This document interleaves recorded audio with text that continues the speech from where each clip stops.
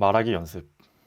오늘 이야기해볼 책은 MBA 마케팅 필독서 45입니다. 기본부터 최신 이론까지 마케팅 필독서 45권을 이 책 한 권에 모두 담았다고 하는데요. 그래서 그런지 책이 조금 두껍습니다. 한 450페이지 정도 되는 것 같고요.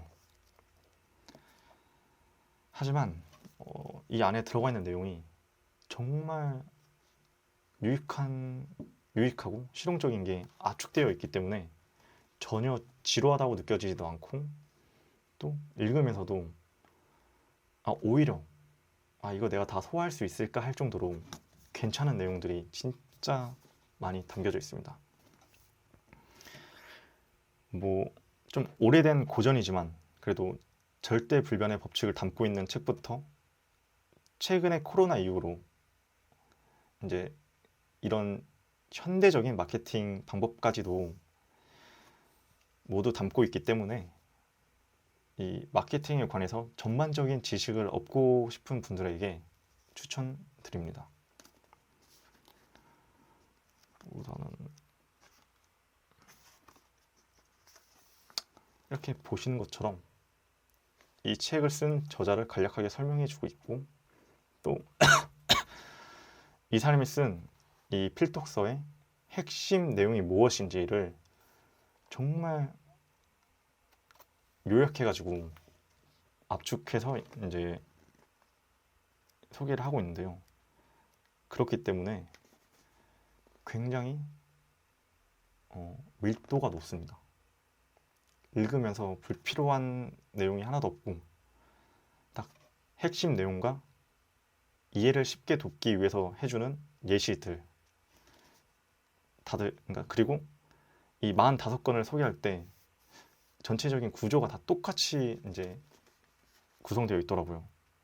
그래가지고 굉장히 어떻게 보면은 내용 자체가 어려울 수도 있을 법한 이런 이론들도 굉장히 쉽게 읽혔습니다. 또 이런 시각적인 자료도 활용을 해가지고 더욱더 읽는데 그 어떤 막힘 없이 술술 읽히더라고요.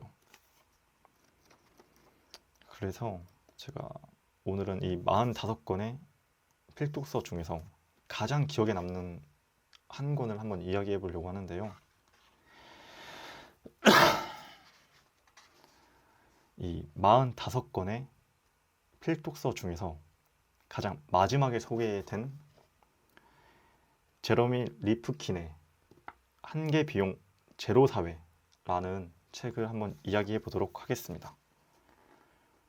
사실 이 내용은 어떻게 보면 그냥 단순히 마케팅적인 측면에 대한 이야기보다도 앞으로의 이 미래 사회는 어떤 식으로 이제 흘러갈 것인지, 이런 미래 전망적인 내용이 좀 짙더라고요. 그래서 굉장히 좀 더욱더 유익하게 읽었습니다. 우선 한계 비용 제로 사회가 무엇이냐면은, 일단 한계 비용은 생산자가 무언가를 만들 때 추가로 드는 비용을 말하는 거잖아요. 예를 들어 제빵사가 처음에 빵을 만들 때는 돈이 조금 많이 들겠죠. 설비도 좀 들여야 되고, 또 이런저런 재료도 다 사야 되니까. 그래서 이 제빵사가 처음 빵을 만들 때 빵의 가격이 진짜 예를 들어 10,000원이 들었다 치면은 그 뒤로 두 번째 빵, 세 번째 빵, 네 번째 빵 이런 식으로 추가로 이제 생산을 할 때는 하나 만들 때마다 200원씩 든다, 이런 식으로 이어지겠죠. 그렇다면 여기서 이제 200원 한 개 만들 때 200원이 드는 게 바로 한 개 비용인데요. 그런데 이 책의 저자는 앞으로의 사회는 이 한 개 비용이 제로가 되는 사회가 될 것이라고 이야기합니다. 일단은 앞으로라고 할 것도 없이 지금도 이 한 개의 비용이 제로인 서비스가 굉장히 많잖아요. 그러니까 대부분의 IT 기반의 서비스는 한 개의 비용이 제로인 거죠. 한 가지 예시로 넷플릭스 같은 경우도 그 넷플릭스 본사에서 오징어 게임을 하나 만들었다. 근데 이 오징어 게임을 뭐 100명이 보든 1000명이 보든 1000만 명이 보든 이 넷플릭스에서 이제 들어가는 비용은 물론 뭐 전기세나 이런 데이터 비용이 들겠지만은 그런 건 거의 제로에 가까운 거잖아요. 그러니까 뭐 한 명 더 본다고 해가지고 오징어 게임을 한 번 더 만들어가지고 보여주는 게 아니니까요. 하여튼 이처럼 앞으로의 산업들은 대부분 그러니까 기존의 제조업과 달리 내가 추가로 만들 때마다 한 개 비용이 제로이기 때문에 이 한 개 비용이 제로가 된다는 개념을 인지하고 마케팅하는 게 중요하다고 합니다. 근데 또 이 책의 저자가 그럼 이 한 개 비용이 한 개 비용 제로 사회에서 뭐 당신이 어떻게 행동해야 하는지 이런 방법을 알려주는 건 아니고요. 정말 어떻게 보면은 그러니까 이 개념을 당신이 인지하고 있냐 없냐가 굉장히 큰 차이를 만들어낸다. 이런 느낌인 거죠. 뭐 이런 사회에서 당신은 이렇게 행동해야만 한다. 이런 건 아니고요. 그리고 또 이렇게 말하면은 몇몇 분들은 이렇게 얘기할 수도 있을 것 같아요. 이 한 개 비용이 제로가 되는 거는 이런 IT, 디지털 서비스만 그런 거 아니냐.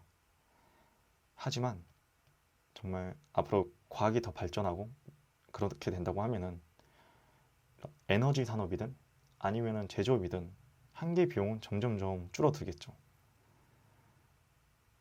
기존의 뭐 빵집 같은 경우에서 뭐 빵을 하나 더 만들 때 200원이 든다고 하면은 그 200원이 진짜 밀가루 값이 될 수도 있고 아니면 인건비가 될 수도 있고 그런 건데 앞으로는 뭐 빵을 AI나 로봇이 대신 만든다. 그리고 이 밀 같은 경우도 이 스마트팜이 잘 돼가지고 밀 자체 단가도 싸지면은 그럼 나중에는 빵을 하나 만들 때 진짜 20원이 들 수도 있는 거고 그보다 더 적게 들 수도 있는 거고 점점점 모든 서비스와 재화 이런 제품들은 한 개 비용이 이제 줄어든다라는 이런 흐름을 잘 인지하고 그에 발맞춰 행동을 해야 한다고 합니다. 그리고 이 한 개 비용 얘기를 하면서 나온 또 한 가지의 개념이 바로 지수 함수적인 세계입니다. 지수 함수적인 세계가 무엇이냐고 하면은 어떠한 과학의 발전하는 속도가 초반에는 굉장히 더디고 느리지만은 이 속도는 이제 점점 복리가 붙어가지고 나중에는 기하급수적으로 이제 폭발적으로 늘잖아요. 어떻게 보면 뭐 AI가 특이점이 온다 막 이런 것처럼 현재는 이 과학기술로 뭐 할 수 있겠어? 이걸로 뭐 생산량을 그렇게 늘릴 수 있겠어? 라고 생각을 하지만 이게 막 이자가 붙어가지고 굉장히 빠른 속도로 세상은 변하고 발전한다는 것입니다. 그렇기 때문에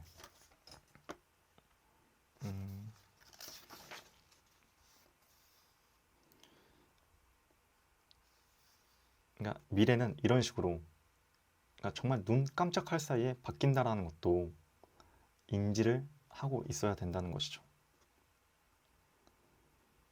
그렇다면 이 한계 비용과 지수함수적인 세계가 어떤 연관이 있냐? 그건 바로 그러니까 그렇죠. 뭐 또 한 가지 예를 또 빵으로 든다면 빵이 지금은 하나 만드는데 200원이 들어.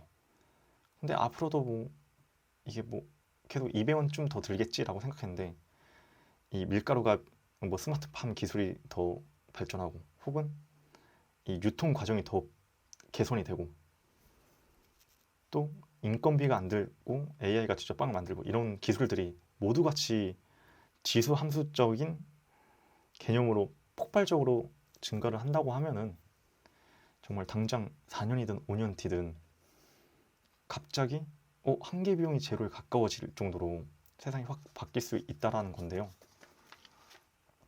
물론 이 지수 함수적인 세계에서도 당신은 뭐 이런 식으로 행동을 해야 한다 이런 방법을 알려주기보다는 이 개념 또한 당신이 인지하고 또 실제로 이런 상황이 왔을 때 얼마큼 침착하고 발빠르게 대처를 할 수 있냐, 그러니까 그거에 더 중점을 두는 것 같습니다.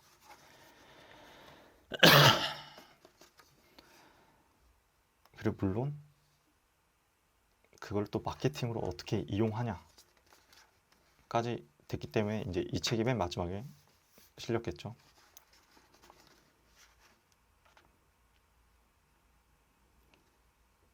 그래서 저희도 한번, 그러니까 제가 평소에 이런 미래 사회가 어떻게 될까라는 책을 읽는 걸 굉장히 좋아하는데요. 그 이유가 뭐냐면 그냥 일단은 이 호기심, 미래가 어떻게 변할지 바뀔지 이런 게 안다는 건 되게 흥미로운 일인 것 같고요. 그리고 만약에 그런 사회가 온다고 하면은 그 우리의 서비스는 어떻게 이제 모습을 갖춰야 될까, 이런 상상을 평소에도 굉장히 많이 하는데요. 그런 점에서 저는 저희 모스 서비스가 지금은 사람들한테 딱히 메리트가 없을 수도 있다라는 생각을 해요. 하지만 이 서비스가 전 분명히 2030년이나 2030년 이후에 그 지수 함수적인 세계에서는 충분히, 그러니까 유의 거리로 가치가 있을 거라 생각합니다. 미래 사회에서는 이건 또 얘기를 하면은 좀 이야기가 길어질 수 있을 것 같긴 한데, 아무튼 저는 이런 확신이 있어요. 지금 당장은 딱히 우리 서비스가 그런 거 하는 애들도 있구나 정도이지만은 진짜 2030년 이후나 그쯤 되면은 이 서비스가 굉장히 내 인생에서, 그러니까 뭐 시간을 줄여준다거나 뭐 이런 건 아니고 굉장히 하나의 재미 요소로 정말 중요한 가치를 가진다라고 사람들이 생각할 수 있게끔 만들 수 있을 것 같아요. 어떻게 보면 그냥 스포츠 같은 개념이라고도 생각해요. 사실 스포츠라는 것 자체가 없어도 저희가 사는 데는 전혀 지장은 없잖아요. 왜냐하면 뭐 농구나 축구가 없다고 해서 당장 굶어 죽진 않고 사회가 막 전쟁이 나고 무너지고 이런 건 또 아닐 거니까. 근데 다만 그런 스포츠나 엔터테인먼트, 뭐 영화 등등 이런 재미거리가 있기 때문에 우리 삶이 더 풍요로워지고 또 누군가한테는 삶을 지탱해줄 수 있는 그런 힘이 되는 것처럼 저희 플랫폼도 이런 재미 요소들을 잘 갖추고 준비만 잘 해놓고 있다고 하면은 2030년 이후의 세상에서는 꽤나,